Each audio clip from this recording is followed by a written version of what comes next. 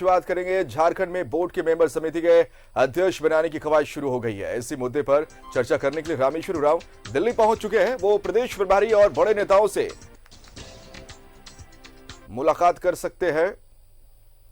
और तमाम जो बोर्ड हैं, इस सबके जो गठन होने की बात कही जा रही है, ये कब तक हो जाएगा, ये क्या है? देखिए, अध्यक्ष जी अपने निजी कार्यक्रमों में आए हुए थे।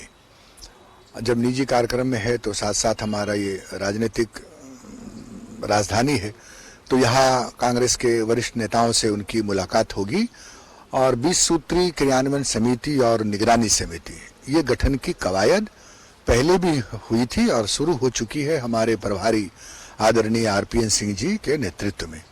ये वो दो समितियां हैं जो सरकार की योजनाओं को सूक्ष्मता से नजर रखते, चाहे वो पंचायत स्तर का हो या गांव स्तर का हो।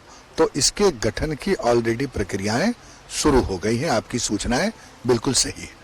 और ये प्रकोष्ठा और ये सब पर भी है। संगठन के दिन रोजमर्रा की ये चीजें होती हैं कि हम अपने संगठन को कैसे मजबूत करें। प्रकोष्ठ हो, विभाग हो, मोर्चा हो, इस सब पर अलग अलग तरीके से पार्टी चर्चा होती है। और जब नेचुरल है, जब अध्यक्ष आते हैं तो पार्टी के साथ साथ अगर हमारी वहाँ सरकार चल रही है तो उस पर भी चर्चा होती है। अभी हमारा बजट आने वाला है तो बजट को लेकर के भी सरकार रामेश्वर उरांव जी वरिष्ठ नेताओं से गाइडलाइन लेते हैं कि बजट में किन मुद्दों को समावेश करना जरूरी होता है।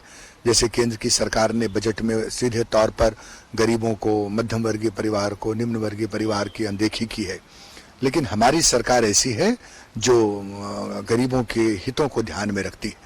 वहाँ के जो मूल आदिवासी और मूलवासी हैं उनके हितों को ध्यान में रखती है। इसलिए आने वाले बजट पर भी चर्चा हो सकती है। बोर्ड्स और मेंबर ये सब भी होना है। अब ये फाइनल करेंगे हमारे प्रभारी और नेतृत्व बैठ करके माननीय मुख्यमंत्री जी के साथ में। इस पर भी कवायद हो रही है। इसके साथ ही साथ असम और बंगाल के भी चुनाव हैं जो हमारी सीमावर्ती इलाकों से सटे हुए हैं।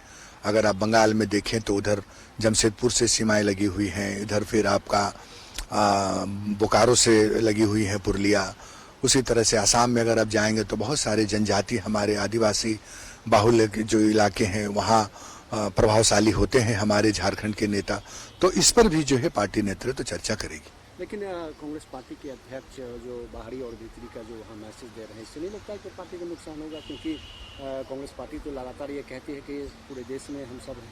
नहीं, ये बिल्कुल गलत बात है। उन्होंने कभी बाहरी और भीतरी की बात नहीं की। उन्होंने यही कहा था कि हम बचपन में पढ़े थे किताबों में कि देश में 2 राजधानी है, एक इम्फाल और एक रांची, जो आदिवासियों के शहर से जाना जाता था।